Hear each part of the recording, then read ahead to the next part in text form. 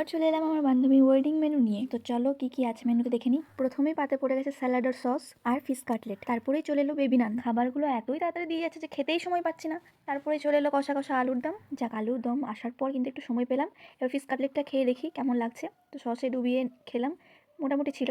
তো এরপর আমার বোন বলছে, দেখ আমার পাতে একটা শশা পড়েনি, তো ওর পাতে দুটো শশা তুলে দিলাম। তারপর বেবি নানটা আলুর দম দিয়ে খেলাম।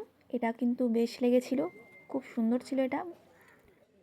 এরপর চলে এলো ঝরঝরা বাসন্তী পোলাও, দেখো কত সুন্দর। আর বাসন্তী পোলাওয়ের সাথে ছিল চিলি পনির, আর তারপরেই দিয়ে দিল পমফ্রেট ঝাল।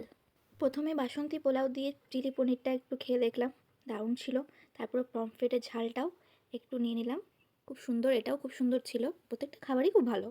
তারপরে খাওয়া শেষ হতে হতেই চলে এলো সাদা ভাত আর মুগের ডাল সবজি দিয়ে, আর এঁচোড় চিংড়ি। এখানে চিকেনের আইটেম কিছু ছিল না, ফিশের আইটেম ছিল, কিন্তু প্রত্যেকটা খাবারই খুব ভালো আর ফ্রেশ। দেখো এঁচোড় চিংড়িটাই দেখে নাও কত সুন্দর, আর খেতেও কিন্তু হেভি টেস্টি ছিল। এখনও শেষ হয়নি, এখনও আরও একটা মাছের আইটেম আছে, তো ওই জন্য সাদা ভাত নিয়ে নিলাম। আর তার সাথে সাথে চলে এলো কাতলা কালিয়া, গ্রেভিটাও একটু নিয়ে নিলাম। মাছের এই ডিশটাতেও কিন্তু 100তে 100 দেওয়া যায়। দেখো এবার মাছ আর গ্রেভি আর ভাতটা নিয়ে মাখিয়ে মুখে পুরে নিলাম। এবারে আছি লাস্টের দিকে, চাটনি আর পাঁপড়।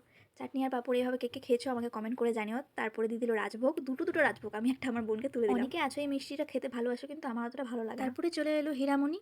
তোমরা কেউ কি এইভাবে মিষ্টি খাও? আমি খাই, আমার আবার মিষ্টি ভালো লাগে না বলে এইভাবে খাই। চলে এলো আইসক্রিম, যেটা আমার খুব ফেভারিট, আর মুখশুদ্ধি। তো আজকের এই ভিডিওটা কার কার ভালো লেগেছে অবশ্যই কমেন্ট করে জানিও।